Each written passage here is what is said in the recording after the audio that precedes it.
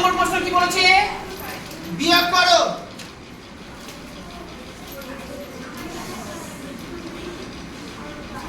তিন পূর্ণ 2 এর 15, 3 পূর্ণ 2 এর 15 বিয়োগ 2 পূর্ণ 5 এর 6, 2 পূর্ণ 5 এর 6। প্রথম কাজ কি করব? আমরা এটাকে মিশ্র ভগ্নাংশ থেকে অপ্রকৃত ভগ্নাংশে পরিণত করব। এটাই হচ্ছে আমাদের কাজ।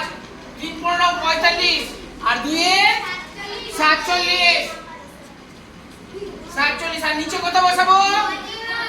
15 বিয়োগ এখানে কত বসাবো?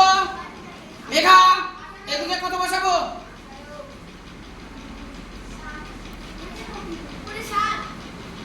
উপরে 7 কেন বসাবো? 6 তাহলে 12, 12 আর 5 এ 17। এটার সঙ্গে এটার কি বলছিলাম আমরা? গুণের সম্পর্ক। যা বেরোবে তার সঙ্গে উপরে যোগের সম্পর্ক।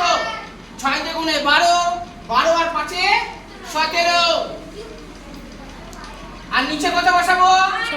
6। এবার আমরা লসাগু করব। দেখি লসাগু করে কত বেরোচ্ছে। এখানে করছি 15, 6 3 দিয়ে যাবে। 3 5 এ 15, 3 দুগুণে 6 আর যাবে না। 5 দুগুণে 10, 3 5 এ 3 10 এ 30। দেখো এই 15 দিয়ে 30 কে ভাগ করব, কত পাবো? 2 পাবো। আর 2 এর সঙ্গে 47 এর গুণ করলে 94 পাবো। 47 দুগুণে 94, মাঝে বিয়োগ চিহ্ন ছিল, বিয়োগ চিহ্ন বসিয়ে দিলাম। এই 6 দিয়ে 30 কে ভাগ করব, কত পাবো? 5 পাবো। তাহলে 5 17 85, 5 17 85 বিয়োগ করে কত পাবো? 9, 9 এর আর নিচে 30। দেখো কাটাকুটি কিন্তু যাবে, 3 দিয়ে যাচ্ছে। 3 3 কে 9, 3 10 এ 30। অর্থাৎ উত্তর হচ্ছে আমাদের 3 এর 10। কারো বুঝতে অসুবিধা আছে? যদি কারো বুঝতে অসুবিধা হয় বলো। এবার দেখো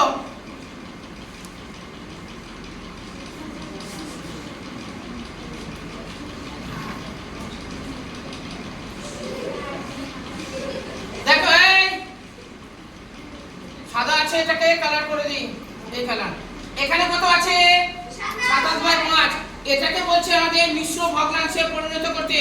আমরা মিশ্র ভগ্নাংশ কি করে পরিণত করব? আমরা পারবো না? পারবো। আমরা কি করব? উপরে 27 নিচে 5 ভাগ 5 5 এ 25 নিচে 2। এই দুইটাকে কি নিচে বসাবো না উপরে? উপরে। সবাই কিন্তু এটাকে নিচে। অনেকে কিন্তু ভুল করেছো এটা। এবার দেখো আমরা সঠিক করেছি না ভুল করেছি। দেখো আমি কি বলেছিলাম? এটার সঙ্গে এটা গুণের সম্পর্ক, যা বেরোবে তার সাথে আমাদের যোগের সম্পর্ক। 5 এ 5 এ 25, 25 আর 2 এ 27। অর্থাৎ দেখো উপরে কত আছে? আমাদের 27 আছে আর নিচে 5 আছে। তাহলে আমাদের অঙ্ক সঠিক হয়েছে। বোঝা গেছে? এবার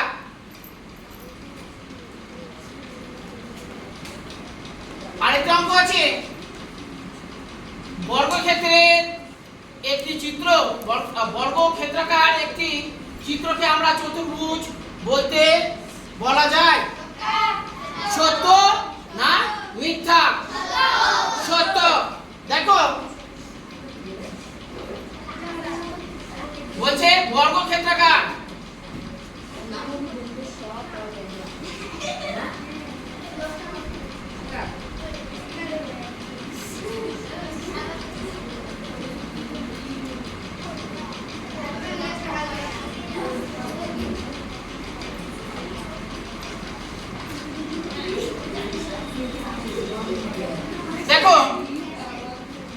এটা হচ্ছে একটা বর্গক্ষেত্রের চিত্র।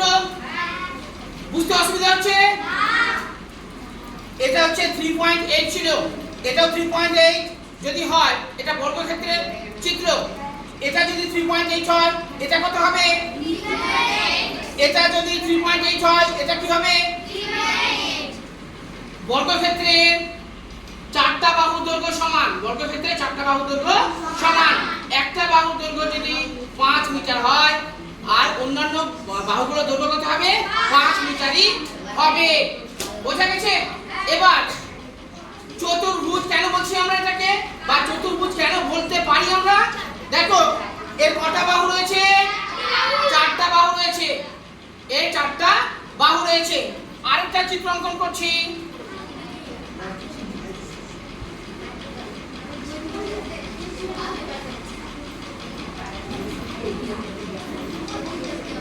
দেখো এখানেও কিন্তু আরেকটা চিত্র অঙ্কন করলাম। এই চিত্রটাকে আমরা কি বলবো?